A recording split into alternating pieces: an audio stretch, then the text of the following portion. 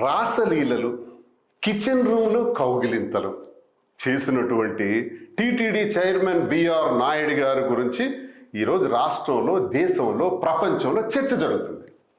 దానికి వారేమంటారంటే, ఇందులో నాకు 30 సంవత్సరాల నుంచి ఆ కుటుంబాలతో సంబంధాలు ఉన్నాయి, దీన్ని అనవసరంగా దుష్ప్రచారం చేశారు, అందులో కొంత భాగం ఏఐ టెక్నాలజీ కూడా వాడారు, అయినా ఆ వీడియో నేను చూస్తుంటే ఆ వీడియోలో నాకు ఎక్కడా తప్పు అనిపించలేదే, అక్కడెక్కడ తప్పు జరిగినట్టు అనిపించలేదే అని బిఆర్ నాయుడు గారు నొక్కి నొక్కి చెప్పారు.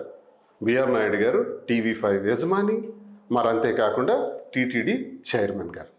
ఏం సార్ చైర్మన్ గారు ఈరోజు టీటీడీ నుంచి కంప్లైంట్ చేసి మాధురి మీద, తనుజ మీద కేసు పెట్టాలని ఆదేశించారట. మరి మీరు చేసిన దానికి ఏం చేయాలి? మీరు చేసిన పనికి ఆ వీడియోలో ఏ తప్పు లేదు, నాకు ఏ తప్పు కనిపించట్లేదు అంటున్నారు కదా. వీడియో చూశాను, ఏదైతే మేము తనుజ చేత ఆ కేక్ కట్ చేయించాము పుట్టినరోజు సందర్భంగా, ఎగ్లెస్ కేక్ని, గుడ్డు వాడనటువంటి ఆ కేక్ని ఏదైతే కట్ చేయించామో అది కూడా నేను చెక్ చేశాను, అందులో నాకు కూడా ఏ తప్పు కనిపించలేదే.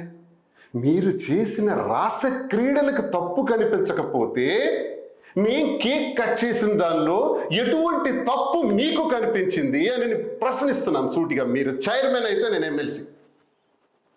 చైర్మన్ హోదాలో మీరు సమాధానం చెప్పారు, ఎమ్మెల్సీ హోదాలో నేను మీకు అడుగుతున్నాను, నా తప్పేంటి? కట్ చేయాలన్నటువంటి విషయం, కట్ చేయకూడదన్నటువంటి విషయం మాకు తెలియదు, ఓకే, తెలియక జరిగింది. ఆ స్వామివారికి మేము తెలియక, ఇలాంటి నిబంధన ఒకవేళ ఉండుంటే తెలియక జరిగిందని స్వామివారిని మేము వేడుకుంటాం ఒక భక్తుడిగా. అది ఎగ్లెస్ కేకు అని కూడా క్లారిటీగా చెప్తున్నాం, దానికి రసీదు ఉంది, షాప్ కూడా ఉంది, మేము పే చేసిన అమౌంట్ కూడా 1100 రూపాయలు ఉంది.